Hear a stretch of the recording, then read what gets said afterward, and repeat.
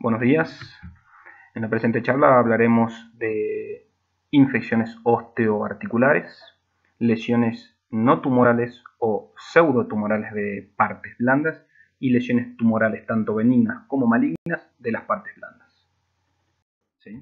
Empezamos con las infecciones osteoarticulares. La idea es un repaso rápido y va a ser muy extensa la clase, son muchas filminas. Empezamos con infecciones osteoarticulares. Pueden ser óseas, articulares. Dentro de estas complicaciones tenemos las infecciones de vértebras y discos y también de las partes blandas. Y en ese sentido vamos a tener las diferentes terminologías. Osteomielitis, si es el compromiso inflamatorio infeccioso de un hueso. Osteitis, cuando compromete la parte cortical, puede ser exclusiva o puede iniciarse en ese lugar. Y periostitis, cuando compromete al periósteo. Articulares, sabemos las artritis infecciosas, ¿sí? Vértebras y discos. Espondilitis, cuando afecta principalmente al cuerpo vertebral sin extensión al disco en un primer momento, y discitis cuando afecta al disco. Cuando afecta a ambas partes se llama espondilodiscitis. Y de partes blandas tenemos celulitis o la inflamación infecciosa del tejido celular subcutáneo, miositis infecciosa cuando afecta a las estructuras musculares, abscesos son las cavidades purulentas llenas de pus, ¿sí? Que se pueden formar en cualquier parte del cuerpo, tanto en tejido celular subcutáneo, músculo, hueso o en cualquier órgano del cuerpo, incluso cerebro, ¿sí? Y la fascitis necrotizante, el compromiso inflamatorio infeccioso de las fascias que se extiende hacia el resto de los tejidos, ¿sí? Y es muy grave si no se trata a tiempo, ¿sí? Generalmente estos compromisos inflamatorios infecciosos de las estructuras óseas o articulares tienen una mínima expresión en las radiografías al inicio del proceso, y mientras más va avanzando el tiempo sí van presentando más signos y eventualmente secuelas ya en tiempos tardíos. El diagnóstico precoz se va a hacer con resonancia magnética y medicina nuclear para detectar algunos cambios en el inicio del compromiso, ¿sí?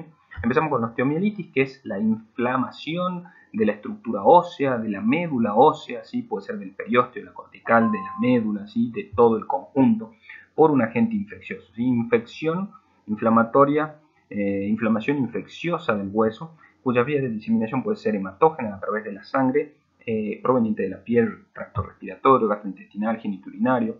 Diseminación por contigüidad, o sea, si está cerca de algún proceso inflamatorio infeccioso, por ejemplo, de la piel, de los senos paranasales, de una infección dental, se puede extender hacia la estructura ósea adyacente, y también puede ser por inoculación directa, si el germen ingresa por una herida o una cirugía o por ejemplo una fractura expuesta que toma en contacto con el agente infeccioso. ¿Cuál es la clínica? La clínica es prácticamente la misma en todos, salvo en los neonatos que como no se pueden expresar, ¿sí? Tienen una clínica más inespecífica, con irritabilidad, pierden el apetito, pero sí presentan fiebre, que es un signo que nos hace sospechar, ¿sí? De que algún proceso infeccioso en algún lugar del cuerpo se está dando. Y en la infancia y en el adulto prácticamente es parecida, y tenemos claramente la tétrada de Celso, que como todos conocemos es rubor, dolor, calor e inflamación. Esta tétrada es de los procesos inflamatorios y sobre todo infecciosos, ¿sí? Vamos a hablar algunas terminologías que es importante que conozcan, ¿sí? Estos 5 términos es importante que los conozcan. ¿Qué es el involucro? El involucro es hueso sano, ¿sí? Está sano. Neoformado quiere decir que se origina o se forma de nuevo a partir del periósteo. Sí, ya vamos a ver algunos ejemplos, como que el hueso trata de defenderse formando nuevo hueso para ser más consistente al agente infeccioso y a la noxa que lo está lastimando, ¿sí? El secuestro es un fragmento de hueso necrótico rodeado por pus. Este secuestro, este fragmento de hueso necrótico puede estar o adentro del mismo hueso que está infectado, o puede estar en las partes blandas adyacentes si se desprendió del hueso hacia las partes blandas. ¿A qué se denomina cloaca? Es una apertura en la cortical o en el involucro, ¿sí? Por el proceso inflamatorio que se está dando dentro del hueso, tiende a salir, tiende a expandirse y a drenarse espontáneamente si es muy grande el compromiso, y se puede generar la fístula o tracto sinusal, que son canales en el espesor del hueso y la parte blanda que incluso pueden llegar hasta la piel y drenarse hacia el exterior. Y el absceso de Brody, que este es el nombre específico para los abscesos en los procesos inflamatorios infecciosos del hueso, es un foco infeccioso de bordes netos rodeados por hueso esclerótico reactivo. ¿Sí? Es como un absceso, una cavitación en el hueso, y el hueso alrededor trata de contenerlo, ¿sí? Para que no se siga expandiendo, ¿sí? Lo que tenemos que comprender es que tanto en la parte de los neonatos, ¿sí? Antes de los 2 años, como en los adultos, después de la forma infantil, después de los 16, 18 años, la fisiopatología es parecida. Vamos a comenzar con la infantil, que está en el medio de estos dos, en la que el foco infeccioso se asienta en primer momento en la región metafisaria. Fíjense que está en la metáfisis del hueso, y en los gráficos como que no traspasa el cartílago de crecimiento, la fisis, y hace que esto funcione como una barrera y respete la epífisis y la parte articular, por lo menos en un primer momento, y después la infección no se hace muy extensa, ¿sí? Fíjense cómo empieza en la metáfisis y al ir creciendo se va hacia la parte del periósteo, lo despega, lo separa, ¿sí? Y acá puede ser que el proceso por contigüidad, ¿sí? Se vaya expandiendo hacia el resto de la articulación. Pero fíjense por qué pasa esto, porque los vasos generalmente llegan hasta acá, hasta la metáfisis, y la fisis figura como un proceso de barrera, ¿sí? Y al inicio va a respetar la articulación. Fíjense que por aquí viene el germen, se acantona en esta parte de la metáfisis, y tenemos otros vasitos que van a irrigar la epífisis, y por eso al principio no está afectado la fisis y la epífisis y la articulación, ¿sí? Fíjense que la infantil de 2 a 16 años, el germen va a ir primariamente por vía hematógena, ¿sí? Y como decíamos, el cartílago funciona como una barrera al pasaje, va a la metáfisis, después va a la cortical y después despega el perióstico, y las consecuencias pueden ser, si es un proceso muy expansivo, si se expande mucho, si crece mucho y no se trata a tiempo, puede hacer que ese compromiso inflamatorio comprima y colapse los vasos sanguíneos, dificultando la irrigación de la estructura ósea, y esto facilita que se muera la estructura ósea, se necrose, y esto genera en las etapas siguientes un crecimiento de nuevo hueso cortical, ¿sí? Y en este momento, cuando ya avanzó mucho la infección, puede pasar a las partes blandas y a la superficie subcutánea, como habíamos visto por las fístulas y los tractos sinusales, ¿sí? Fíjense que hay algunos ejemplos de osteomielitis hematógena en etapa aguda. Prácticamente no vamos a ver mucha manifestación en las estructuras óseas, pero sí va a tener mucho compromiso de las partes blandas. Fíjense el aumento de la densidad de las partes blandas en una etapa aguda entre los primeros 7 a 10 días, ¿sí? Generalmente, como dije, en las placas no vamos a ver la afectación de la estructura ósea. En estos momentos, en la etapa aguda, sí puede ser presentar alguna manifestación, la resonancia magnética o la medicina nuclear, ¿sí? Fíjense cómo si va avanzando el tiempo, ¿no? Se van haciendo otras manifestaciones. Por ejemplo, una periostitis va haciéndose un compromiso inflamatorio, una reacción perióstica a la inflamación del hueso, ¿sí? Periostitis, inflamación del periósteo, ¿sí? Por ejemplo, van empezando a ver radiolucencias o lesiones tipo osteolíticas en el espesor del hueso. Fíjense que en la metáfisis tenemos la fisis que forma la barrera.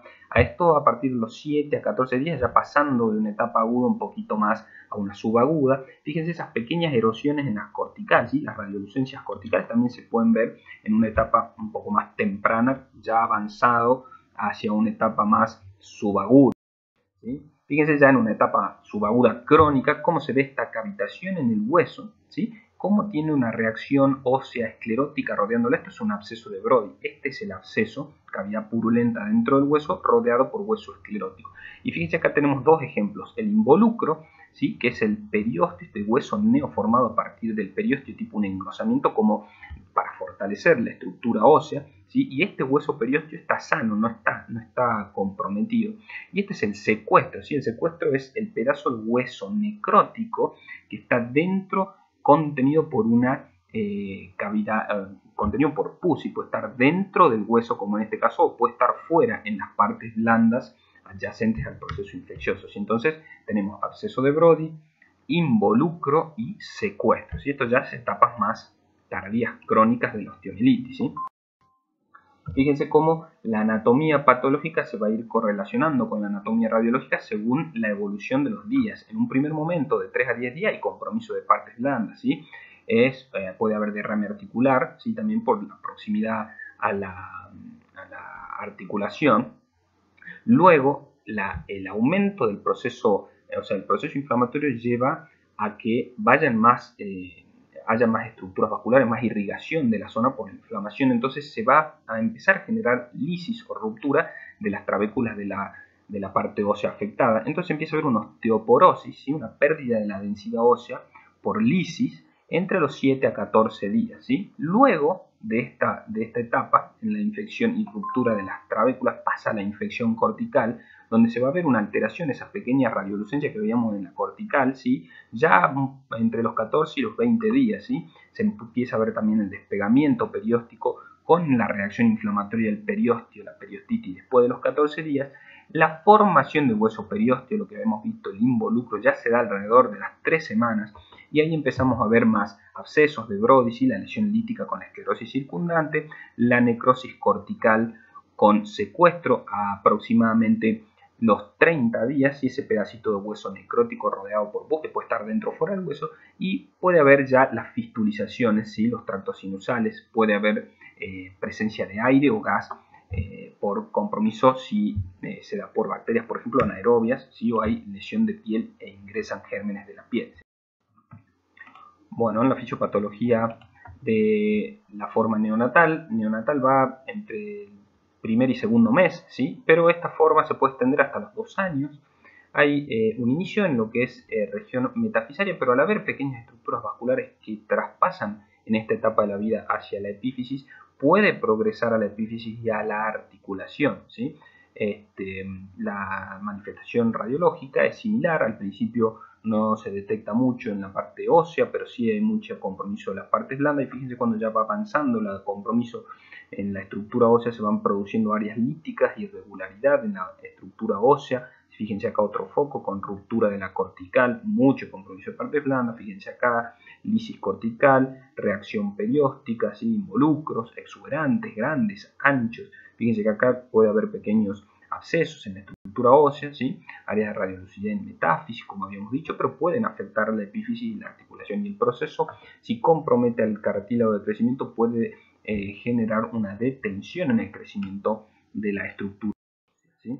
Fíjense que la fisiopatología en la etapa adulta, cuando ya cerró el cartílago de crecimiento, las estructuras vasculares van a llegar hasta la epífisis, y es por eso que aquí se va a dar el compromiso infeccioso articular. Generalmente no afecta tanto a los huesos largos, pero si los afecta, como dijimos, va a comprometer predominantemente la epífisis y la región articular, pero fundamentalmente afecta a los huesos cortos o a la columna vertebral. Fíjense en el calcáneo, como en la radiología nos muestra una pequeña área de radiolucidez, tal vez con un área de mayor densidad intraósea y una irregularidad en la cortical, como se manifiesta en la tomografía computada con fractura cortical. Fíjense acá otro ejemplo, miren la diferencia con un hueso sano, como este hueso todo osteolítico, irregular, permeativo, ¿sí? se dice así cuando se ve esta alteración lítica irregular, ¿sí? Con un componente de partes blandas, tal vez pequeñas calcificaciones de partes blandas, ¿sí? Fíjense acá que hay otra alteración de estructura ósea, ¿sí? Fíjense cómo se ve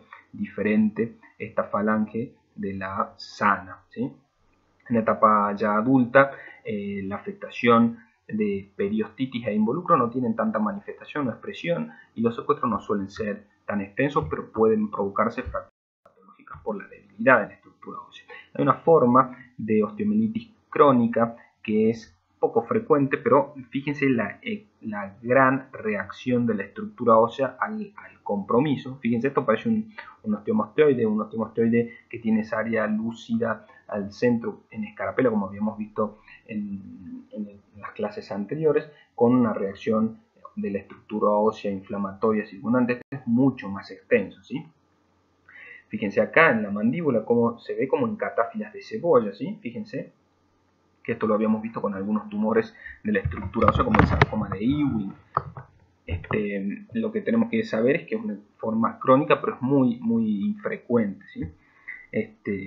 Generalmente, como les comenté, se da en mandíbula o en huesos largos, y esto puede ser un diagnóstico diferencial, el Payet, en las etapas más de tipo blástica, ¿sí? Fíjense que la medicina nuclear es muy importante para el compromiso inflamatorio infeccioso. La medicina nuclear tiene, una vez que uno inyecta en la sangre el radiofármaco, el radioisótopo, ¿sí? Este va es un fármaco radioactivo, ¿sí? Recuerden que la medicina nuclear, a diferencia de lo que es la radiografía o la tomografía, en donde nosotros le exponemos rayos al paciente, en este sentido le inyectamos el radiofármaco y el fármaco va a emitir esa radiación hacia la cámara gamma que va a captar la radiación, ¿sí? Entonces inyectamos el radiofármaco y fíjense en una radiografía prácticamente sin alteraciones, como en la medicina nuclear va a haber una captación del radiofármaco en la parte inflamatoria infecciosa. Esta tiene tres partes, ¿sí? Tres momentos. Uno, cuando está inyectando el contraste, y ese contraste entra a la sangre y está en las estructuras vasculares, es la etapa más temprana y se llama fase vascular. Una vez que llega y en las etapas tempranas del contraste, cuando llega a la región y se distribuye un poco por los vasitos que hay acá y por el compromiso inflamatorio de la región, se llama perfusión tisular, o sea, irrigación de los tejidos, o fase tisular o pool vascular, ¿sí? Por ahí entre los 4, 5, 6 minutos. ¿Sí? Y después tenemos una fase tardía, que puede ser después de la hora, 2 horas, ¿sí? Es la fase ósea, con el recambio del metabolismo óseo que va a captar la estructura ósea. Fíjense que tenemos distintos radiofármacos, radioisótopos, ¿sí? Y como les comentaba al principio, en la celulitis, ¿sí? El compromiso de solo las partes blandas y que todavía no tienen mucho compromiso la estructura ósea, fíjense que al estar inflamadas las partes blandas va a haber positividad en la fase angiográfica, o sea, en esta fase bien temprana, en el pool vascular también, y no va a haber positividad en la fase tardía porque es la fase ósea, y acá tengo solo inflamación de las partes blandas, ¿sí? Cuando ya tengo inflamación aguda, la osteomielitis aguda, ya hay compromiso de la fase ósea, obviamente va a estar esta positiva, esta también positiva, y ya va a haber en la fase tardía por el compromiso de la estructura ósea. Cuando de la etapa aguda pasa a la etapa crónica, tal vez estas ya no van a estar presentes porque es una inflamación pura y exclusiva del hueso crónico y no tanto de las partes blandas, ¿sí? Entonces vamos a tener más en la etapa tardía, ¿sí? Incluso en la infección inactiva, ¿sí? Porque podemos tener osteomielitis crónicas activas o osteomielitis crónicas seculares o inactivas, ¿sí? Entonces eso es la importancia de la medicina nuclear. Lo que no permite estudiar es la morfología, y muchas veces va a haber afectado, si por ejemplo en esta etapa vascular nos fijamos si está infectada la estructura ósea o las partes blandas, y en la etapa tardía vemos la estructura ósea, ¿sí? Entonces no permite ver mucho la morfología del compromiso. Fíjense en un ejemplo de tomografía computada cómo se ve una clara afectación de lo que es la región proximal del fémur derecho con alteración de las trabéculas. Esta es la parte sana, esta es la parte marcadamente afectada, abscesos intraóseos con gas. Esto es de mayor riesgo que si viéramos solo los abscesos con líquido. Fíjense que incluso hay un poquito de gas en las partes blandas. Fíjense la trabeculación de las partes blandas, si bien la tomografía no es buena, y menos en esta ventana ósea, ¿sí? Para ver las partes blandas, pero fíjense la irregularidad marcada de la trabécula. Lo habíamos visto ya en el calcáneo con el absceso intraóseo y la ruptura cortical. Fíjense en un ejemplo de resonancia magnética. Esta secuencia, fíjense que es una secuencia potenciada en T2 porque vamos a ver los líquidos, ¿sí? Por ejemplo, el edema del tejido celular subcutáneo, ¿sí? Y el edema de la estructura ósea lo vamos a ver brillante o blanco. Esto es una secuencia potenciada en T2, puede ser una secuencia de P o de densidad protónica, puede ser un STIR, ¿sí? Y fíjense por qué, porque la grasa está saturada, se ve negra, ¿sí? Entonces vemos brillante o blanco lo que puede ser líquido por edema, vemos que es una secuencia más potenciada hacia el T2, ¿sí? Y tenemos la grasa negra, que en el T2 la vemos blanca la grasa, si bien un poco menos que en T1, pero esto es una saturación, entonces puede ser una secuencia STIR, puede ser un T2 con saturación grasa, o puede ser una densidad protónica, que es como una secuencia intermedia entre T1 y T2, también con saturación grasa. Y fíjense en el T1 como la médula ósea y el tejido graso se ven blancos por la grasa que tiene el tejido celular subcutáneo y la grasa de la médula ósea. Es un T1 cuando vemos también el edema un poco más oscuro, ¿sí? Por eso el líquido se ve más negro en T1, entonces todo el edema de las partes blandas y de la estructura ósea lo vemos más oscuro. Fíjense lo mismo, acá una secuencia potenciada más en T2 y esta una secuencia potenciada más en T1. Aquí lo que vemos es una gran reacción perióstica, mucho edema de las partes blandas, edema del hueso, fíjense comparando con el otro lado, ¿sí? Fíjense acá tenemos el cartílago de crecimiento, ¿sí? Y lo que tenemos acá en el T1 es el edema de la estructura ósea negro, ¿sí? Lo mismo aquí tenemos un compromiso perióstico, ¿sí? Hay una periostitis, una inflamación del periósteo muy marcada, engrosamiento del periósteo y alteración de las partes blandas circundantes. Aquí ya vemos el absceso, fíjense la cavidad abscedada con la esclerosis reactiva que se está tratando de drenar hacia la cortical y hacia afuera. Y fíjense la manifestación en la resonancia magnética, aquí hay una cavidad hiperintensa, o sea, si veo esto más líquido voy a ver una secuencia más potenciada en T2, como les marco acá, ¿sí? Y tiene una tendencia a irse con un tracto sinusal, una cloaca hacia la cortical y hacia las partes blandas que ya están comprometidas, ¿sí? Fíjense, en este caso tenemos la medular, la cortical negra, y fíjense que esta bandita negra es el periósteo y tenemos un absceso tanto subperióstico como de las partes blandas adyacentes. Y acá tenemos una osteomielitis crónica postquirúrgica. Fíjense que esto puede haber sido una fractura, miren la irregularidad cortical, el callo óseo de reparación y todo el compromiso. Fíjense los bordes netos que tiene esto, es como si hubiese habido un clavo endomedular para la reparación de la fractura, ¿sí? Y fíjense cómo el compromiso de la estructura ósea en una secuencia STIR, ¿sí? Me va a dar una cavidad líquida que tiene múltiples artefactos por donde estuvieron los tornillos de fijación, ¿sí? Fíjense acá, aquí, ¿sí? Y en el T1 esto líquido con los artificios o los artefactos donde estuvieron los pequeños tornillos de fijación y el marcado engrosamiento de la cortical, ¿sí? Lo mismo aquí, ¿sí? Otro ejemplo, ¿sí? Aquí como se abre de una tibia, ¿sí? hacia la superficie celular subcutánea, hacia la piel. Fíjense el absceso, ¿sí? Cómo se ve esa cavidad líquida irregular que se abre con una cloaca hacia la piel. Fíjense acá, esto es un secuestro. Miren, tiene un pedacito de fragmento óseo. Aquí lo vemos en un corte axial. Pequeño fragmento óseo necrótico, rodeado por pus. Fíjense, esta es secuencia de tipo STIR, que tengo saturación grasa, todo negro, la saturación grasa de la médula de la trabécula ósea. Fíjense, esto puede ser un T1, por cómo se ve blanca la médula ósea grasa, la grasa subcutánea y el edema o el absceso negros, ¿sí? Entonces esto es un T1 y acá lo mismo en un corte axial STIR, ¿sí? Y un axial T2, porque el líquido que rodea el secuestro óseo lo vamos a ver blanco, ¿sí? Y esto es una osteomielitis crónica. Fíjense el secuestro intraóseo, como lo veíamos en la anterior en las partes blandas, aquí lo tengo intraóseo, ¿sí? Fíjense el marcado compromiso en las partes blandas. Todo lo que tenemos que ver de lo que es compromiso por imágenes lo vamos a ver claramente manifestado por clínica y datos de laboratorio y antecedentes del paciente, ¿sí? ¿Cuáles son las complicaciones de la osteomielitis? Los abscesos de las partes blandas, las fracturas patológicas que se dan más en adultos, la extensión articular, como dijimos, más en adultos y un poco menos más en neonatos y un poco menos, pero también frecuentes en adultos, y la articulación, la alteración del cartílago de crecimiento más en los neonatos, ¿sí? Por ese pequeño vasito que atravesaba y ahí se puede dar la detención del crecimiento. ¿Cuáles son los diagnósticos diferenciales? Neoplasias malignas, el osteomastoideo, como habíamos visto, más en la esclerosante de Garré, la displasia fibrosa, que puede tener múltiples manifestaciones radiológicas, y las fracturas por estrés. Muy bien, pasamos a las artritis sépticas, que es el compromiso inflamatorio infeccioso de las articulaciones. Las vías de inoculación pueden ser tanto directas como hematógena y hipocontinuidad, lo mismo que la osteomielitis.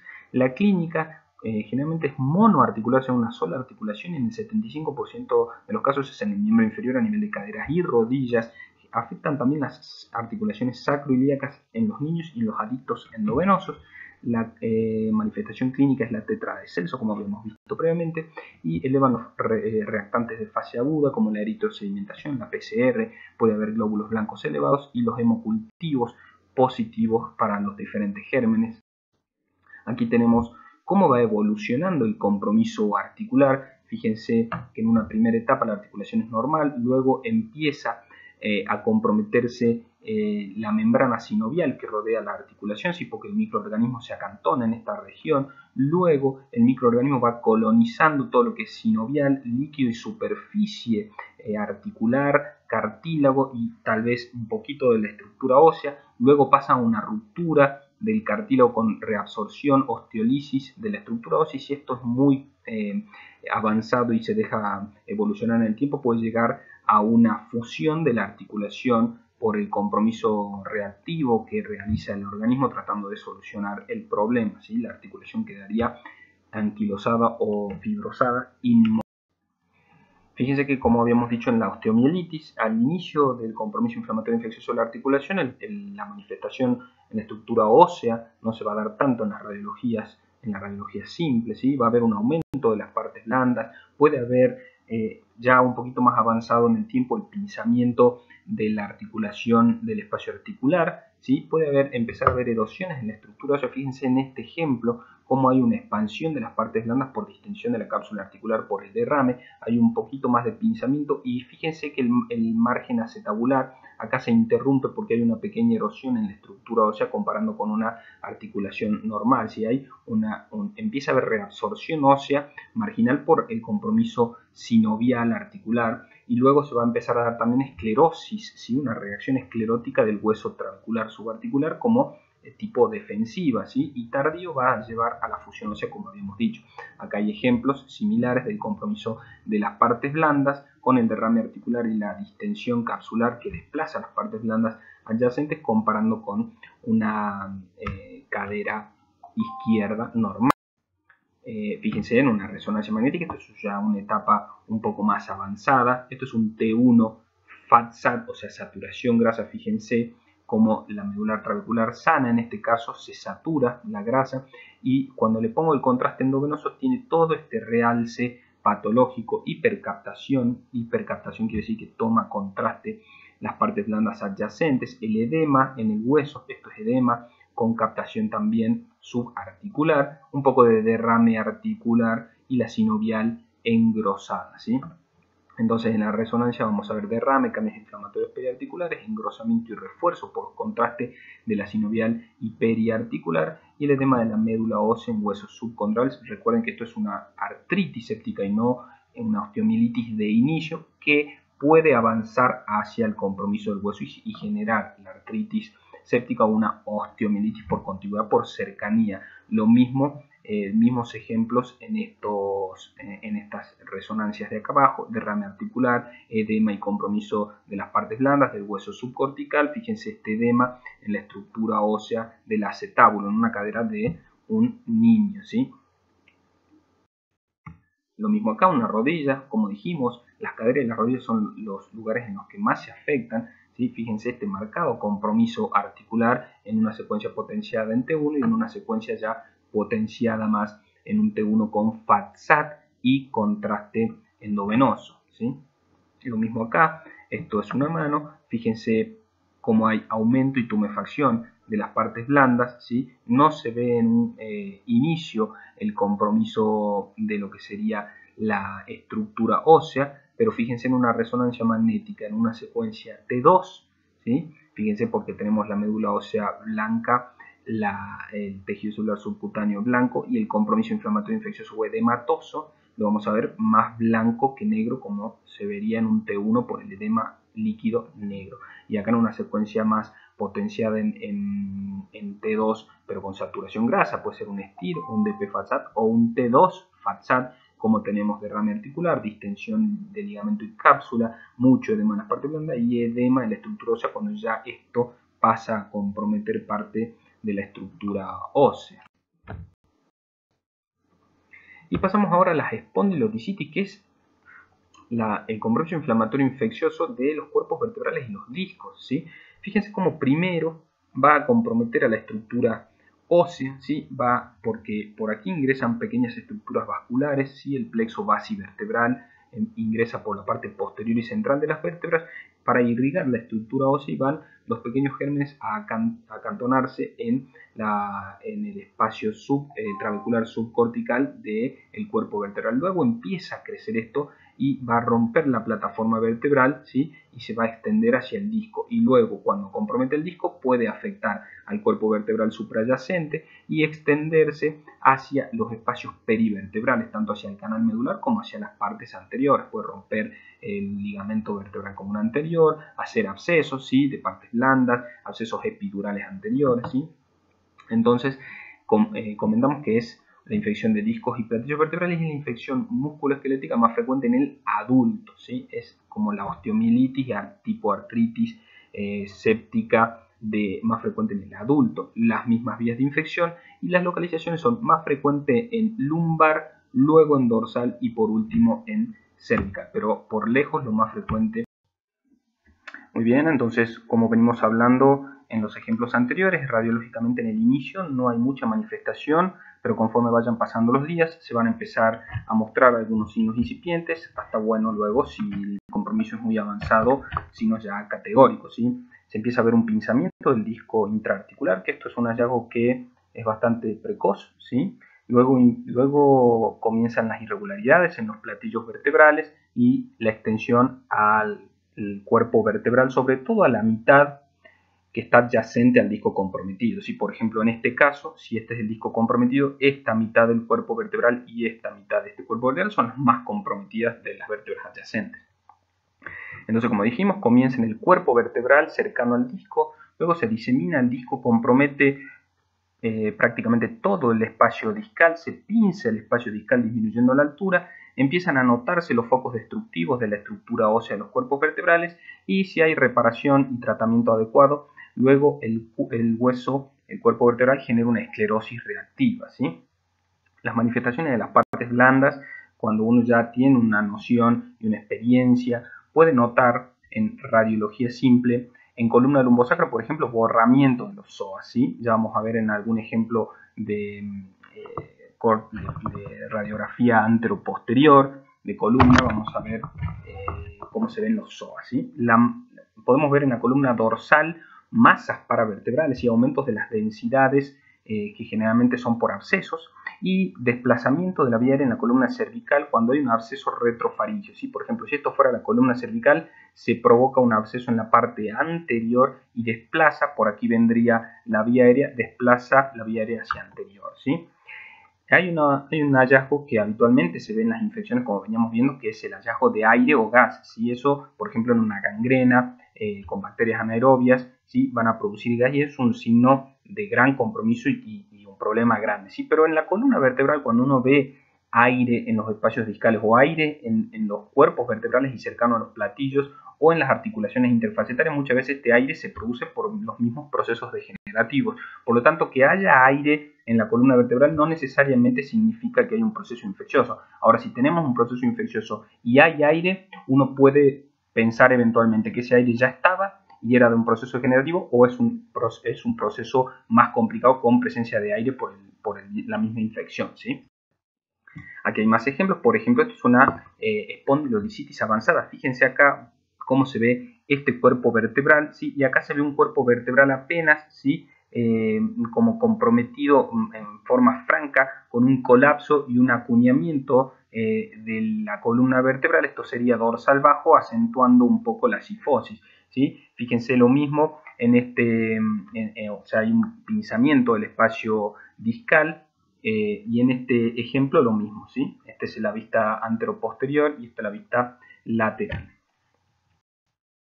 Esto es un ejemplo de tomografía computada, por ejemplo, en donde vemos un gran compromiso permeativo osteolítico con francas áreas de pérdida del patrón medular trabecular de la vértebra. Esto es un corte de tomografía axial, ¿sí? Fíjense todas las partes blandas paravertebrales comprometidas. Acá no se puede ver, pero probablemente haya un compromiso epidural anterior, o sea, por adelante de la cubierta meningea del canal medular, ¿sí? Fíjense cómo esto también está comprometiendo parcialmente el pulmón izquierdo. Fíjense acá un corte más caudal, un área de compromiso de partes blandas, aquí ya como se insinúa hacia el canal medular, y acá el compromiso pulmonar. Fíjense el franco compromiso vertebral en un corte sagital, y esto es en un corte coronal, como se destruyó prácticamente el espacio discal y hay una práctica fusión entre los cuerpos vertebrales. Si esto avanza, va a perder mucho la altura del cuerpo vertebral y puede que terminen fusionándose entre sí.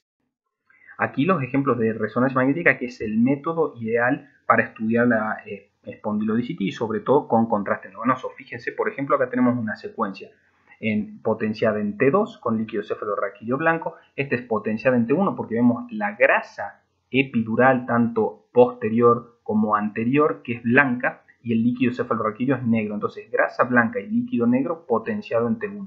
Grasa blanca, líquido blanco potenciado en T2. Y esta es una secuencia intermedia que es el famoso DP, ¿sí? Entonces acá vemos un gran compromiso del cuerpo vertebral L5, sobre todo la mitad inferior, el disco intervertebral y la mitad superior de S1. Todo este compromiso que hay posterior es absceso, ¿sí? Que se fue del compromiso espondilodicítico hacia el espacio epidural anterior. Fíjense cómo desplaza hacia atrás lo que sería la parte del saco dural, ¿sí? Aquí van a ir pasando las raíces más distales, ¿sí? Fíjense acá, 6 meses después, ya con un tratamiento, fíjense en la etapa aguda, ¿no? Como se ve con el contraste endovenoso, como hay un refuerzo, ¿sí? Un refuerzo de todo el proceso inflamatorio, ¿sí? Como se ven los abscesos. Un absceso tiene una pared gruesa que refuerza y un centro con pus que no refuerza, ¿sí? Parecido a un absceso de la espondilodicitis. Un tratamiento efectivo que curó la enfermedad, pero 6 meses después vemos cómo está totalmente pinzado el disco y la hipointensidad en las diferentes secuencias. ¿De qué nos habla esto? De una esclerosis del hueso, o sea, el hueso ha reaccionado a la inflamación. Y el gadolinio disminuye, va disminuyendo progresivamente y fíjense que prácticamente hay un muy sutil refuerzo, nada que ver con la etapa aguda y fíjense cómo el absceso epidural anterior ya ha resuelto también. ¿Cuáles son los diagnósticos diferenciales?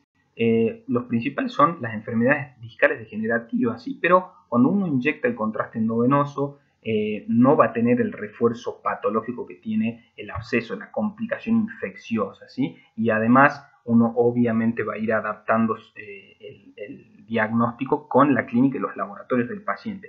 Un ejemplo que sí tenemos que tener en cuenta son las metástasis tumorales que probablemente también presenten algún refuerzo, ¿sí?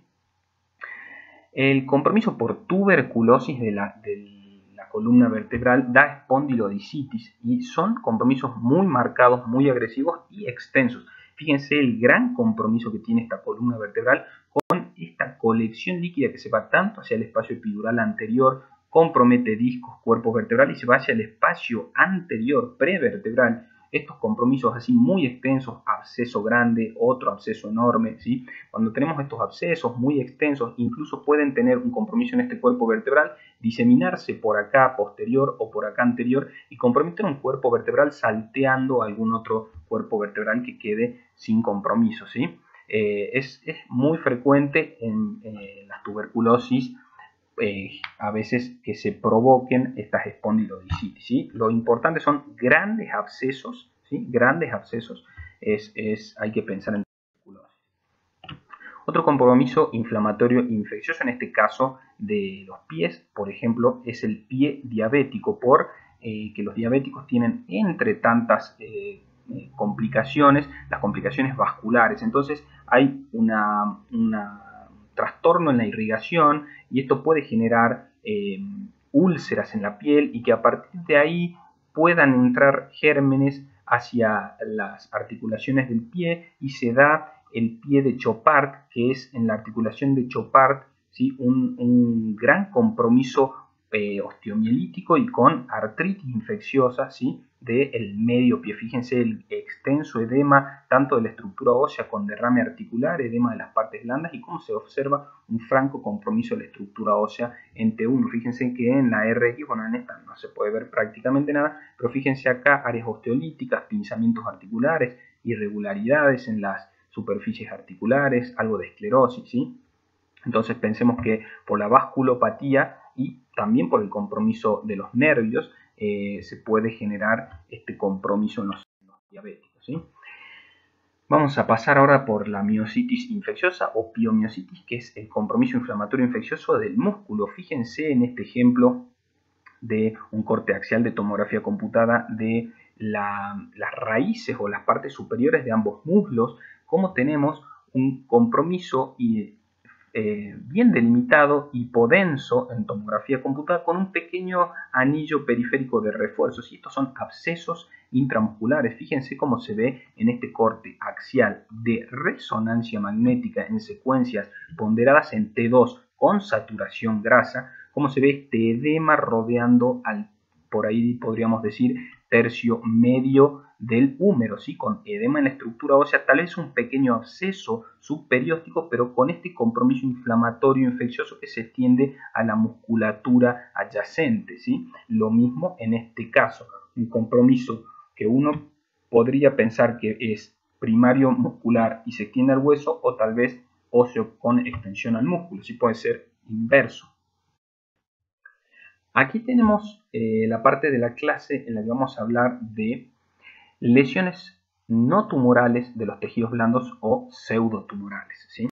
Vamos a ver varios ejemplos en donde se van a producir estas lesiones en el tejido celular subcutáneo, en los músculos, en los tendones, en las fascias, en las aponeurosis, bursas, nervios o sanguíneos, ¿sí? Entonces vamos a hacer primero un repaso de cómo se ven normalmente las distintas estructuras que nombré, para ver cuando veamos una alteración poder analizar de qué patología se trata, ¿sí? Por ejemplo, el tejido celular subcutáneo. Acá tenemos una ecografía, este es un corte de resonancia magnética, ¿sí? Y este es otro corte de esta otra imagen de ecografía. Fíjense cómo en ecografía el tejido celular subcutáneo es esta banda, por ejemplo en esta imagen, esta banda hipoecoica, no es anecoica, no es negra totalmente, es negro, es un oscuro, pero con algunas cositas blancas en su interior, ¿sí? Es hipoecogénico o hipoecoico con pequeñas líneas ecogénicas en su interior. Fíjense, el tejido celular subcutáneo, como ya lo veníamos diciendo, es hiperintenso en las secuencias T1, también T2, y suprime con la secuencia FATSAT, o sea, se vuelve negro con las secuencias FATSAT, por ejemplo, T1 FATSAT, T2 FATSAT, o secuencias como el STIR, que ponderan los líquidos saturando la grasa, ¿sí? Aquí tenemos las fibras musculares. Ahora pasamos a ecografía, el mismo corte. Fíjense cómo en la ecografía vemos una hipoecogenicidad, ¿sí? Esta banda blanca que vemos acá es la aponeurosis que rodea al músculo, ¿sí? Y estas son las fibras musculares, que depende del corte, si lo vemos transversal o longitudinal, vamos a ver cómo las fibras de los músculos son hipoecogénicas, separadas por el perinecio, que son esas pequeñas bandas de tejido facial que rodean a los grupos musculares fibrilares. Esas se ven blanquitas, se ven ecogénicas, y en resonancia tienen baja señal o hipointensas con respecto a la grasa, ¿sí? O con respecto a la médula ósea, porque si uno lo compararía con la cortical, esto sería más gris claro que la cortical. O sea, si siempre uno habla de la ecogenicidad o habla de la señal cuando lo compara con algo, ¿sí? Pero si hablamos, por ejemplo, del músculo comparando con la grasa, es hipointenso respecto a la grasa. Ahora, si lo comparamos al músculo con la cortical del hueso, que es totalmente negra, ¿sí? Esto sería más hiperintenso respecto a la cortical. Pero en sí, fíjense, la señal es oscura, o sea, se los nombra como hipointensos, tanto en T1 como en T2, y en STIR también se ven oscuros, con pequeños septos en el interior que separan los distintos grupos musculares, que son las fascias intermusculares.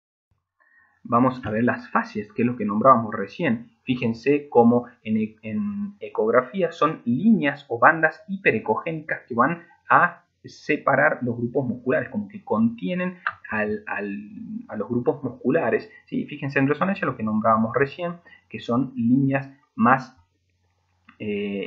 finamente hipointensas, porque esto blanquito que vemos acá en el medio es grasa que se mete entre los músculos, pero las pequeñas bandas negras que rodean a los grupos musculares son las fascias perimusculares.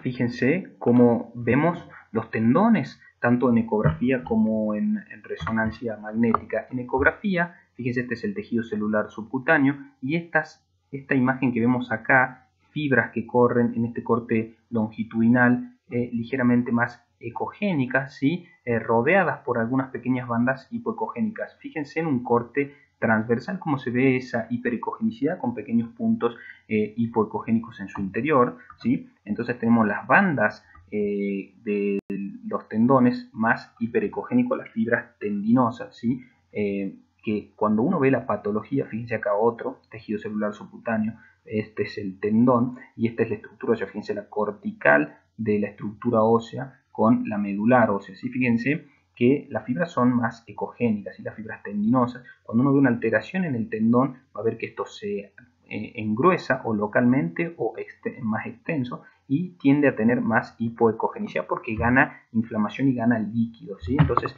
como el líquido lo vemos más hipoecogénico en la ecografía, va a perder esas bandas de hiperecogenicidad. En cambio, en la resonancia vamos a ver que son hipointensos en todas las secuencias, ¿sí? En T1, en T2, en las secuencias de saturación. ¿Sí? Los podemos tener los tendones más gruesos en las partes insercionales, ¿sí? Y también tenemos pequeñas bandas de tendones intramusculares en el espesor de los vientres musculares y siempre los vamos a ver hipointensos a menos que haya alguna lesión.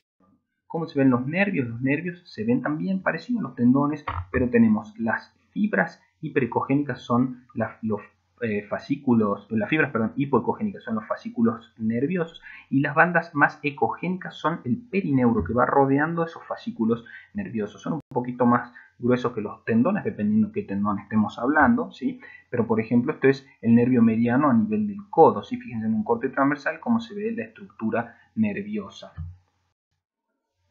Las bursas, que son bolsas sinoviales que normalmente no contienen líquido, es muy poquita la cantidad, habitualmente no visible, y son estructuras, son pequeñas bolsas de sinovial, de membrana sinovial, que tienen la capacidad de separar estructuras que están en un constante roce para que estas no se lesionen entre sí. ¿Sí? Cuando estas se inflaman, se producen las bursitis. Tenemos algunas bursas muy conocidas, la bursa subacromio subdeltoidea por debajo de la articulación acromioclavicular y el deltoides. Tenemos, por ejemplo, la epífisis humeral, tendón de supraespinoso y bursa subacromio subdeltoidea. La infrapatelar profunda, por ejemplo, es el tendón rotuliano, ¿sí? Esto es superior, esto es inferior, aquí tenemos la cortical de la rótula y en este triangulito está la bursa infrapatelar profunda para que no haya lesión entre el tendón y la estructura ósea.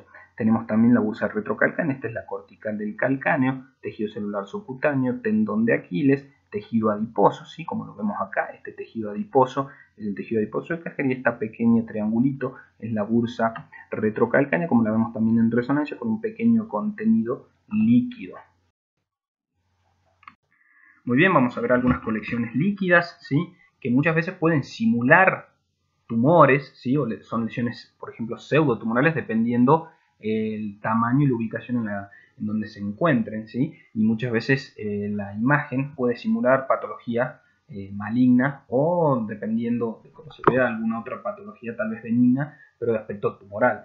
¿Qué colecciones líquidas tenemos? Tenemos varias, como los hematomas, los derrames serosos o de Morel-Lavallée, los seromas, los abscesos, las bursitis y el quiste de Baker, que es una bursitis que tiene un nombre propio, es la bursitis que se produce en el hueco popliteo detrás de la rodilla entre el semimembranoso y el gemelo interno. Empecemos por el hematoma. Fíjense que los hematomas, dependiendo la degradación de la hemoglobina dentro del hematoma, ¿sí? Según van pasando los días, va tomando distintas coloraciones, por ejemplo, en resonancia en secuencias T1 y T2. Por ejemplo, si hacemos una resonancia magnética de un hematoma en las primeras 24 horas, vamos a ver que es medio grisáceo en T1 y bien blanquito en T2. Si la hacemos a los 3 días, va a ser blanco en T1 y negro en T2. Si lo hacemos después de los 14 días, va a ser negro en ambas secuencias. Estas coloraciones nos van a ayudar a decir más o menos qué evolución tiene un hematoma. Por ejemplo, en esta columna lumbosacra vemos esta gran colección líquida que tiene el tejido celular subcutáneo profundo de la columna lumbosacra, ¿sí? Tiene una secuencia T1. ¿Por qué T1? Porque tengo grasa blanca y líquido cefalorraquídeo negro, ¿sí? Fíjense, es oscura en T1, ¿sí? O sea, no es totalmente negra, pero puede estar acá o acá. Y si la vemos en T2 con una gran intensidad blanca, comparamos T1 oscuro, T2 blanco, nos vamos a la tablita y vemos que en T1 es oscuro y en T2 es blanco. Entonces, si en T2 la vemos blanca, puede estar o en las primeras 24 horas o en un estadio después de los 7 días. Fíjense, cuando se ve blanco en T2 la sangre, puede estar bien agudo, hiperagudo o subagudo tardío, después de los 7 días. Entonces decimos, bueno, esto puede haber sido reciente o hace más de 7 días. Vamos al T1 y lo vemos oscuro. O sea que acá no está en subagudo tardío, está en esta zona. Entonces vemos que es hiperagudo. Fíjense, otros ejemplos, ¿sí? Subagudos tempranos. ¿Cómo es subagudo temprano? En T1 es predominantemente hiperintenso y en T2 es predominantemente hipointenso, pero como la hemoglobina y el hematoma puede ser bastante heterogéneo, se va a ir degradando tal vez por partes, ¿sí? Lo que primero se degrada es lo más externo y lo que más tarda en degradarse es lo más interno. Entonces puede haber etapas evolutivas diferentes en un hematoma que tenga áreas de una evolución, por ejemplo, más tardía y áreas de una evolución menos, o sea, más temprana, ¿sí? Porque el hematoma se puede ir degradando en diferentes etapas, ¿sí? Por ejemplo, esto es un hematoma que tiene una parte periférica ya más crónica. Fíjense cómo lo veo negro en esta secuencia que va a ser más ponderada en un T2 FATSAT, ¿sí? Y esta secuencia que ve la médula grasa blanca y la grasa blanca, esto puede ser un T1, y veo el anillo también hipointenso. Entonces esta parte periférica del hematoma ya es crónico, o sea, es un hematoma que tiene más de 14 días. ¿Cómo se ve en la ecografía la hemorragia? La vamos a ir viendo cuando es activa o muy reciente, difusamente ecogénica. A las pocas horas va a ser una masa más hipoecogénica en forma más homogénea. Posteriormente es un nivel líquido-líquido porque la sangre está formada por elementos celulares y suero. Entonces los elementos celulares por el peso van a caer y el líquido va a quedar como más flotando, ¿sí? Entonces se va a ver como un nivel en el hematoma, ¿sí? Y cuando ya han pasado algunos días se ve uniformemente hipoecogénica. Acá vemos algunos ejemplos de hematomas, ¿sí? Por ejemplo, este hematoma es un hipoecogénico tal vez un poco homogéneo o algo heterogéneo, ¿sí? Esto es un hipoecogénico heterogéneo con áreas diferentes y de diferente ecogenicidad. Esto es marcadamente heterogéneo. Miren estos tractos internos adentro del hematoma y acá el nivel líquido-líquido. Fíjense ahora cómo vemos el derrame seroso de Morel-Lavallée. ¿Qué significa derrame seroso de Morel-Lavallée? Porque tiene un nombre propio, fue el nombre del el médico que lo descubrió, que lo analizó por primera vez. Se ve como un compromiso, por ejemplo, traumático, por ejemplo, en un accidente de bicicleta o de moto, en donde el tejido celular subcutáneo, por ejemplo, uno va en velocidad en este sentido, ¿sí? El tejido celular subcutáneo que pega contra algo se desliza en relación al lecho en el que se traumatiza, y la parte de abajo va en el sentido contrario. Por la velocidad del impacto se rompen las pequeñas estructuras vasculares a nivel subaponeurótico y esto lo que genera es una gran colección hemática y serosa, ¿sí? En el espacio subaponeurótico profundo. Fíjense acá cómo se ve esta gran colección, ¿sí? Heterogénea, con una cápsula bien delimitada, bien profunda en el tejido celular subcutáneo, ¿sí? Aquí otra bien líquida, serosa, hipoecogénica, y acá están las fibras musculares, o sea, bien profunda, ¿sí?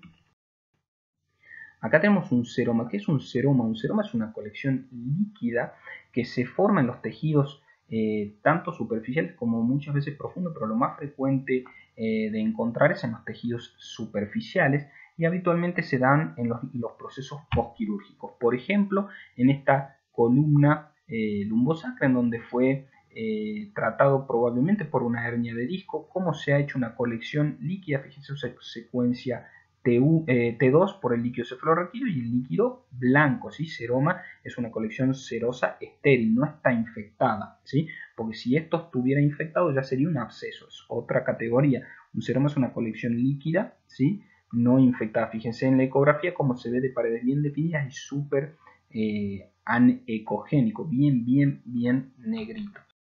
También tenemos los abscesos, que son estas colecciones ya con contenido purulento en cualquier parte del cuerpo, en los tejidos subcutáneos, en los músculos, en los órganos, ¿sí? Es un contenido líquido con detritus celulares, células inflamatorias, pus y paredes gruesas que esas paredes tratan de contener, es un proceso de granulación que trata de contener la infección y están bastante bien vascularizadas por las que refuerzan con contraste tanto en tomografía como en resonancia, ¿sí? Y fíjense cuando le ponemos Doppler en la ecografía como hay señal positiva periférica pero interna sin positividad, que es la pus, ¿sí? Esta es la pared del absceso.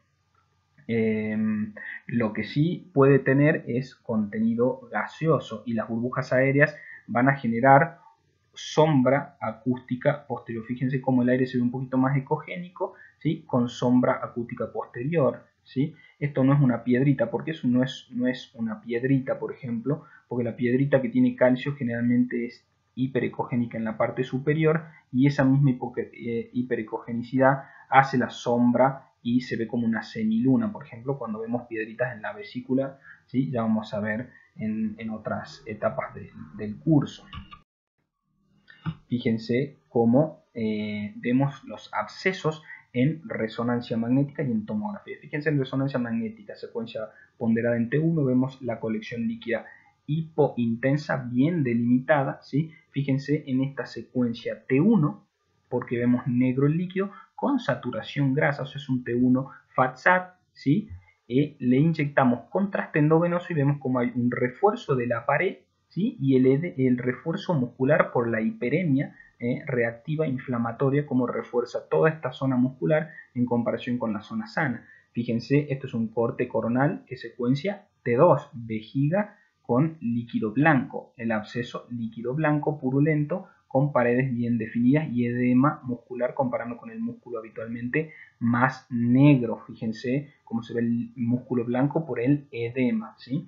Fíjense en la tomografía corte axial de abdomen inferior, ya casi llegando a pelvis, como tenemos un psoas derecho normal y un psoas izquierdo sumamente aumentado de tamaño con esta colección líquida en su interior y una pequeña burbuja aérea en su interior. Y fíjense en este examen, esto es sin contraste endovenoso, ¿sí? Y fíjense en este examen con contraste endovenoso, como vemos el absceso del psoas con refuerzo de su pared y alguna pequeña burbuja aérea. Fíjense la gran diferencia de tamaño. Como se ven las bursitis, habíamos visto las bursas normales prácticamente imperceptibles. Las bursitis, ¿sí? Pueden ser inflamaciones por distintas etiologías, ¿sí? Tenemos las más frecuentes, son las infecciosas o también bursitis metabólicas, ¿sí? Por ejemplo, aquí tenemos un aumento del espesor de la bursa subacromio subdeltoidea, ¿sí? Fíjense acá esta banda negra de líquido, ¿sí? Es hipoecogénica, no es anecogénica totalmente, sino que es hipoecogénica. En esta tenemos una bursitis, ¿sí? Fíjense la bursa aumentada de tamaño, de paredes bien definidas, ¿sí? Con una hipoecogenicidad bastante marcada, pero algunos detritos o coágulos, porque las bursitis también pueden ser traumáticas y tener sangre adentro, ¿sí?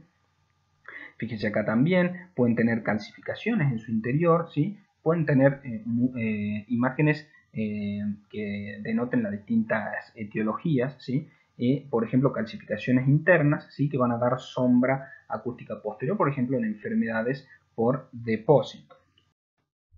Fíjense acá, ejemplos de resonancia, corte coronal de hombro, cómo se ve esta bursitis subacromio subdeltoidea, una bursa en T2 que va a ser hiperecogénica, pero con una gran imagen hiperintensa, con una gran imagen hipointensa en su interior, con una gran calcificación. Y fíjense cómo se ve la calcificación más blanquita en ecografía con la sombra acústica posterior. Acá hay otro ejemplo, ¿sí? Bursa subacromio subdeltoidea con calcificación en su interior, ¿sí? Y esta fue una bursitis séptica, ¿sí? Fíjense la bursa prepatelar, como vemos la rodilla, ¿sí? Y el contenido líquido en la bursa prepatelar, ¿sí? Fíjense acá está la rótula, ¿sí? Y acá la bursa prepatelar con contenido líquido y en la ecografía, como se ve, el contenido ecogénico debido a que tiene un coágulo postraumático. Y acá vemos en secuencias de resonancia magnética, secuencias sagitales, ¿sí? Fíjense, tendón cuadricipital, rótula, tendón rotuliano, fémur, tibia, y acá una gran bursitis heterogénea, predominantemente hiperintensa, tanto en secuencias T2 como T2 con saturación grasa, y vemos que es una gran bursitis con un coágulo hemático en su interior. Fíjense más ejemplos de bursas, ¿sí? Bursas heterogéneas, ¿sí? Aumentadas de tamaño. Fíjense aquí, fíjense esta bursitis, ¿sí? Prepatelar. Fíjense acá, infrapatelar profunda. Recuerdan la rótula, el tendón rotuliano y el aumento del líquido, ¿sí? ¿Sí? Y aquí tenemos, por ejemplo, un compromiso que se genera como calcificación dentro de la bursa, que se llama osteocondromatosis, que dan sombras acústicas posteriores. Aquí más ejemplos, solo más ejemplos para que vean cómo se pueden ver las bursas, ¿sí? Y fíjense que estas bursas muchas veces se dan por traumatismo, por infecciones, pero muchas veces se dan por procesos como, por ejemplo, un proceso tumoral del hueso, ¿sí? Un osteocondroma genera una bursitis, y estas pueden ser generadas, o sea, se puede formar una bursitis que no es normal en su topografía porque hay un proceso que está generando una fricción con algo adyacente. Entonces en ese lugar se puede llegar a formar una bursa que se llaman bursas de novo, ¿sí? Como formadas de nuevo, o sea, de cero. Por ejemplo, en esta topografía que habitualmente no hay bursa rodeando a este osteocondroma. ¿Qué es el quiste de Baker?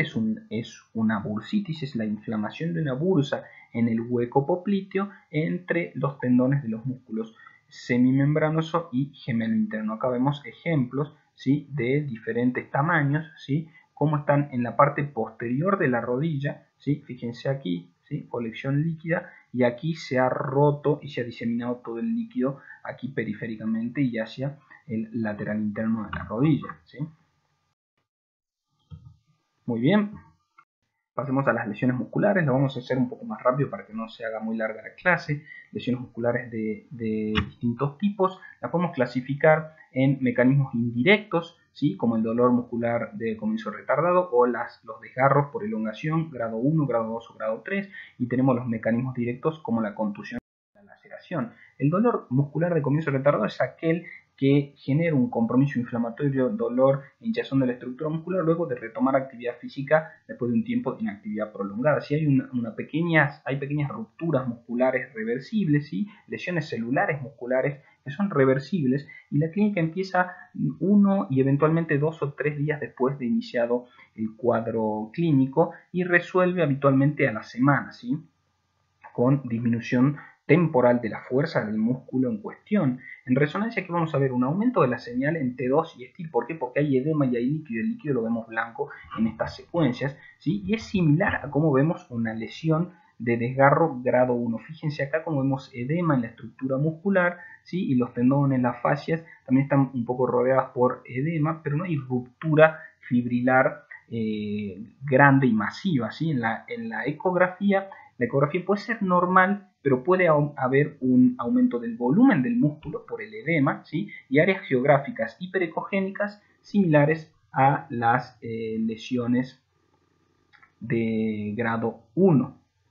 Fíjense en este ejemplo como las bandas hipoecogénicas del músculo se ven comprometidas por áreas de mayor hiperecogenicidad.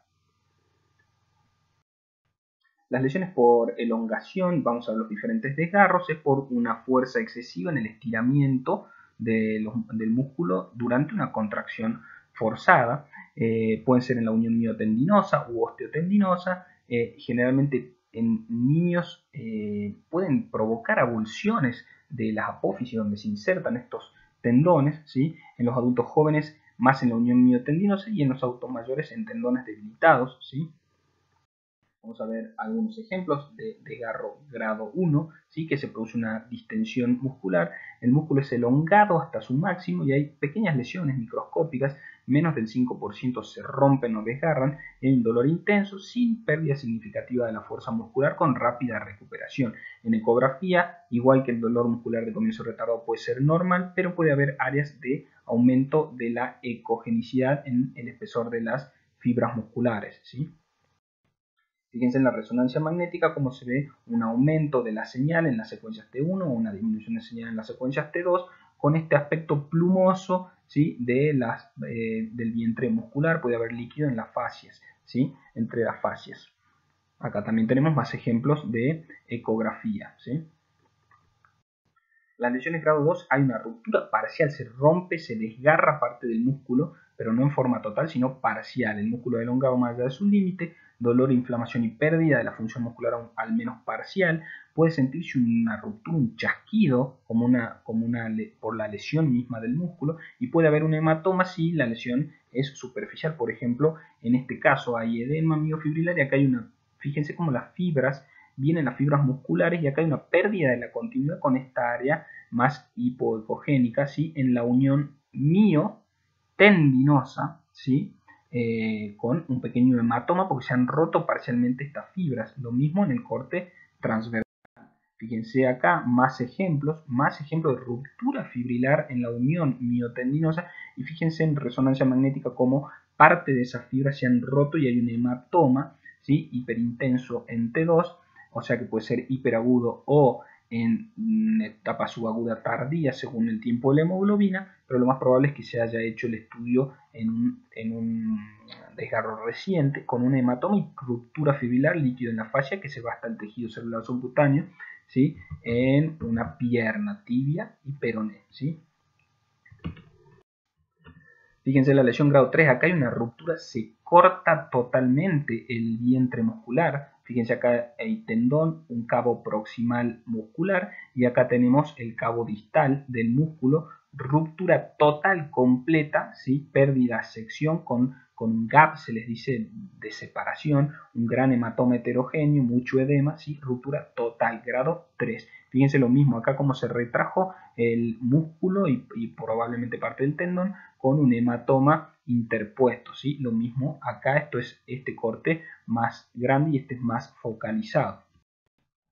La contusión es el golpe directo, no la elongación del músculo como habíamos visto recién, sino el golpe directo, por ejemplo, en esta resonancia corteaxial del hombro, ¿sí? En la región escápulo-humeral, y acá tenemos en las fibras posteriores del deltoides como hay un gran edema miofibrilar en el vientre posterior del deltoides, ¿sí? Aumenta el tamaño muscular, ¿sí? por el edema intersticial y ese patrón plumoso, ¿sí? Que puede estar parecido al desgarro grado 1, pero tenemos que tener en cuenta los acontecimientos, ¿sí? Traumatismo directo, dolor, hematoma superficial, se ve similar en eco y reso a la lesión grado 1, ¿sí? Aunque puede ser más extensa, y cura entre 2 a 3 semanas, lo mismo que veíamos en la ecografía anteriormente. Y la laceración es el corte, la ruptura por una herida cortopunzante, ¿sí?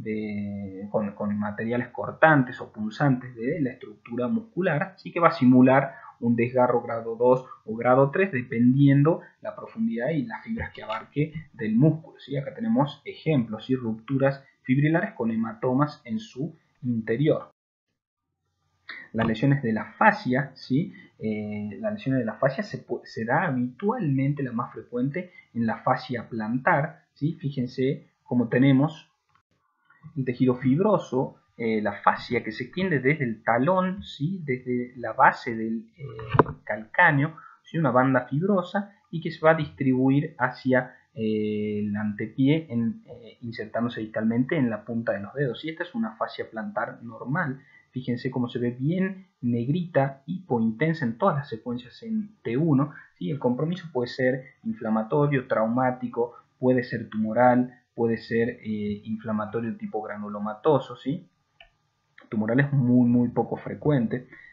Vamos a ver algunos ejemplos. Fíjense cómo tenemos el calcáneo y cómo se ve engrosada e hiperintensa la fascia plantar por una ruptura fibrilar parcial y hay edema de las partes blandas adyacentes y musculares, ¿sí? Fíjense, edema, estructura muscular, ruptura parcial y edema incluso del calcáneo, edema óseo. Acá hay un desgarro con ruptura fibrilar, ¿sí? Y hematoma, tanto intrínseco como en las partes blandas, edema, ¿sí? Fíjense en la ecografía cómo se ve engrosada, ¿sí? Heterogénea y una pérdida de su continuidad fibrilar. Vamos a ver también más ejemplos ecográficos, ¿sí? Cómo se ve la ruptura fibrilar parcial y cómo puede haber un hematoma en la planta del pie, dependiendo en la topografía en la que se haya roto la fibra. Y pasamos a la última parte de la clase, en la que vamos a hablar de las lesiones tumorales, tanto benignas como malignas de las partes blandas, ¿sí? Vamos a hacer un repaso rápido por las más frecuentes, ¿sí? Hay una extensa clasificación de las mismas, muchas lesiones tumorales, ¿sí? Cada vez se agregan más y vamos a ver que para evaluarlas vamos a usar los siguientes métodos: ecografía y predominantemente la resonancia magnética y con contraste endovenoso. Lo ideal es reconocer características en estas lesiones para diferenciarlas de tumores que pueden ser benignos, de malignos y de lesiones pseudotumorales, ¿sí? Vamos a ver algunos de ellos. Primero vamos a repasar las características que sugieren tumores agresivos o malignos, ¿sí? Fíjense, bordes irregulares de las lesiones. Esto sugiere un comportamiento más agresivo que benigno, ¿sí? Fíjense acá cómo hay vascularización en un Doppler de ecografía y los bordes muy irregulares. Cuando las lesiones son grandes y heterogéneas, pero de gran tamaño, esto también sugiere un comportamiento más agresivo o extensivo de gran tamaño. Fíjense, con infiltración de las estructuras adyacentes. Cuando engloba estructuras vasculares o nerviosas, esto también sugiere malignidad. Cuando tiene áreas de degeneración necrótica, degeneración quística o hemorragias en su interior, también indica malignidad, generalmente por un gran crecimiento acelerado, ¿sí? Indica una mayor probabilidad de malignidad. Fíjense esta lesión como tiene un aspecto ovoideo con extremos ahusados, ¿sí? Probablemente esto es una estructura nerviosa que tiene un tumor de origen nervioso heterogéneo por degeneraciones quísticas, necróticas y hemorrágicas. Y cuando tiene invasión de las estructuras adyacentes, por ejemplo en este caso un tumor de partes blandas bien heterogéneo con áreas calcificadas y ruptura de la cortical y medular del hueso adyacente, ¿sí? Esto tiene claramente un comportamiento agresivo. Miren la cantidad de lesiones que tenemos, ¿sí? Tanto benignas como malignas, vamos a ver ahora. En este caso, benignas.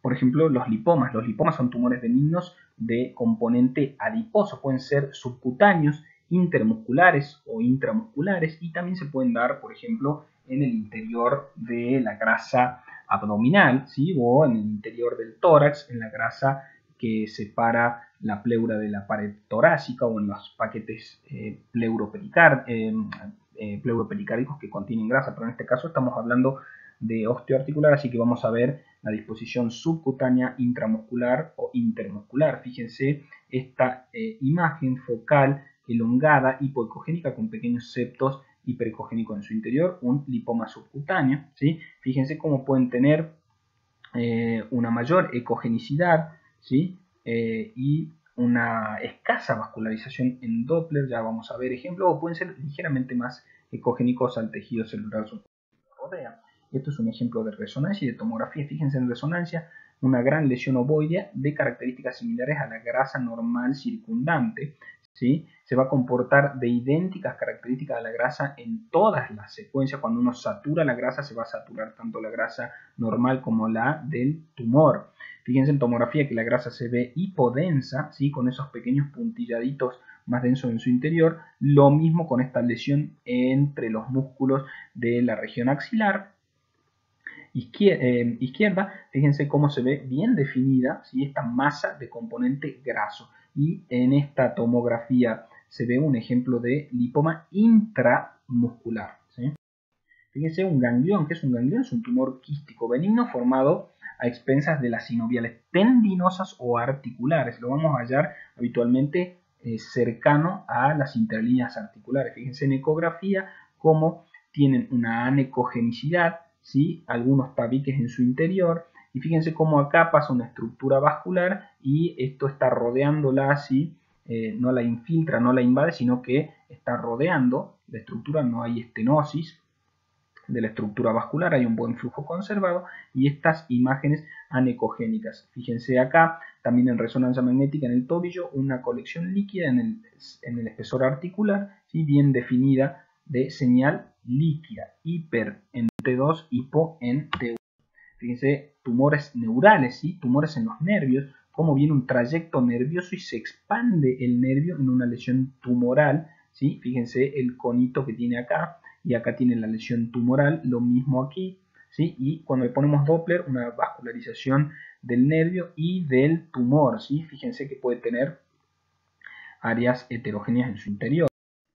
En resonancia magnética lo mismo, un poco heterogéneo en su interior, ¿sí? Fíjense que brillan con el contraste porque tienen bastante irrigación, ¿sí? Y pueden ser únicos o múltiples en algunas patologías como la neurofibromatosis, que abarca muchos, puede afectar muchos nervios a la misma vez. Los ganglios normalmente se ven como imágenes focales ovoideas, no superiores a los 10 milímetros de diámetro transversal, o sea, de diámetro menor, y tienen una hipoecogenicidad, ¿sí? Con un centro más ecogénico y por la vascularización el Doppler también se extiende hacia la parte central. Ya cuando el ganglio aumenta de tamaño, pierde esa morfología ovoidea, se hace más redondeado, se hace más heterogéneo, ¿sí? Conserva la vascularización central, pero lo que puede hacer es necrosarse, ¿sí? Por el gran aumento de tamaño brusco, puede aumentar mucho y necrosarse interiormente, ¿sí? Y puede comprometerse lo periférico del ganglio, generar una periadenitis, ¿sí? Que aumenta la ecogenicidad de la grasa rodeando al ganglio. Esta periadenitis habitualmente indica una inflamación, pero más de aspecto benigno, ¿sí? La infiltración maligna puede formar grandes conglomerados adenomegálicos y masas ganglionares, ¿sí? Que generalmente son isointensas en T1, ¿sí? Y un poco más heterogéneas en T2. Fíjense, isointensas en T1. ¿Isointensas a qué? O sea, prácticamente a lo que uno diría al músculo, porque en general son hipointensas respecto a la grasa. Pero en T2, fíjense cómo son más heterogéneas. Esto es un aspecto de malignidad, gran tamaño, heterogeneidad y bordes irregulares. La miositis osificante es neoformación ósea benigna a partir de un traumatismo en el espesor del músculo estriado, generalmente profundo y posterior a un trauma. Por ejemplo, aquí en la tomografía, como vemos, una estructura ósea rodeada por estructuras musculares y separada de la estructura ósea esta imagen isodensa o tal vez un poquito más hipodensa con un margen calcificado pero separado del hueso. Fíjense otro ejemplo acá en radiología simple y fíjense acá cómo esto genera sombra acústica posterior por la calcificación, ¿sí? En una ecografía. En la resonancia habitualmente tiene una señal más heterogénea por este componente cálcico, que son lesiones benignas, ¿sí? El tumor de células gigantes es el tumor de las vainas tendinosas, ¿sí? Vainas de los tendones musculares. Fíjense, no importa conocerlo en profundidad, pero sí como pueden verse como una imagen más hipoecogénica rodeando a un tendón que habitualmente tiene una mayor ecogenicidad. Tenemos malformaciones vasculares de todo tipo, ¿sí? Vamos a ver solo dos ejemplos grandes, ¿sí? Por ejemplo, las malformaciones arteriovenosas y las malformaciones vasculares, pero de los vasos linfáticos. Malformación arteriovenosa, fíjense en la piel cómo se ve todo esta lesión como de color violáceo por el gran componente vascular, ¿sí? Son bastante frecuentes, pueden ser superficiales o profundas, ¿sí? Y tienen distinto comportamiento en los diferentes métodos. Fíjese en la ecografía, habitualmente hipoecogénicas, y pueden tener pequeñas calcificaciones en su interior, como se ven en la ecografía o en la resonancia, que son los métodos que más vamos a utilizar para estas malformaciones vasculares. Son áreas con estructuras tubulares anecogénicas o ecogénicas si tienen trombos o calcificaciones en su interior, ¿sí? Fíjense que hay una pequeña calcificación con la sombra acústica posterior. El Doppler puede tener distinto comportamiento, puede ser nulo, puede ser escaso o puede ser abundante, ¿sí? Fíjense cómo el Doppler se prende en estas malformaciones vasculares, ¿sí? Y lo que vemos en resonancia, ¿sí? Por ejemplo, en T1 generalmente son marañas vasculares hipointensas con pequeñas áreas hiperintensas entremezcladas que tienen grasa adentro, ¿sí? Tenemos en un T2 áreas más hiperintensas, ¿sí? como estructuras tubulares más hiperintensas. Esto es un STIR, también se ven hiperintensas y con contraste endovenoso toman contraste endovenoso. Esta es una malformación vascular linfática, se ven como áreas quísticas, ¿sí? Anecogénicas, ¿sí? Con paredes más ecogénicas, pueden ser multitabicadas, loculadas, ¿sí? Fíjense con macro o microquísticas, ¿sí? Esto puede ser una malformación vascular, pero linfática, pueden confundirse con tumores. Vamos a hacer un breve repaso de tumores malignos, ¿sí? No importa que se lo sepan a este tipo de lesiones con nombres propios, sí que sepan diferenciar una lesión benigna de una lesión maligna. Teníamos el lipoma como la lesión benigna de componente graso, también tenemos la parte maligna del lipoma, que es el liposarcoma. Fíjese cómo es una lesión que se comporta similar a la grasa, pero es de gran tamaño y sumamente heterogénea, con septos, tabiques en su interior. Fíjense, esta lesión no es como un lipoma, que habitualmente es una lesión que puede tener un gran tamaño, pero una señal bastante homogénea. Esta es una secuencia T2, fíjense la vejiga con líquido hiperintenso, y esta lesión, que generalmente debería ser hiperintensa como la grasa, tiene septos y tabiques en el interior que le dan un aspecto de mayor malignidad. Fíjense en la tomografía computada como la grasa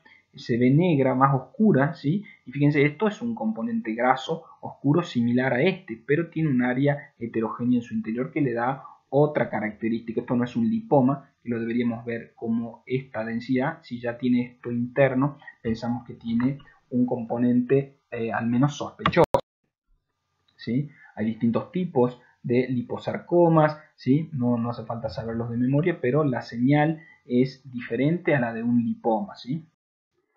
Aquí tenemos un tipo de sarcoma de las partes blandas, y que puede afectar músculos, vasos, tendones, ¿sí? Que es el fibrohistiocytoma maligno o sarcoma, no importa el nombre, pero fíjense, la lesión es heterogénea, ¿sí? Grande, con un aspecto infiltrativo, ¿sí? Hay que pensar que tiene una característica más de malignidad, ¿sí? Y por último, el sarcoma sinovial, o sea, es un tumor de origen en la sinovial, ¿sí? Vamos a ver que generalmente afecta partes cercanas a las articulaciones, porque es donde están las membranas sinoviales, o puede formarse a partir de una bursa también, que tiene membrana sinovial. Fíjense que son lesiones sumamente heterogéneas, esta en este caso muy infiltrativa de la estructura ósea. Esto claramente tiene un comportamiento muy agresivo, ¿sí? Entonces, cuando ven una lesión así, no importa el nombre propio, no importa si pueden distinguir si fue de origen óseo e invadió partes blandas, o es de partes blandas e invade el óseo. Esto lo que tienen que saber es que es una lesión muy agresiva, ¿sí? Así que bueno, con esto terminamos la clase. Espero que les haya sido útil un breve repaso por grandes patologías y también por la anatomía normal, ¿sí? Me encuentro a disposición por cualquier consulta, así que seguimos en contacto. Saludos.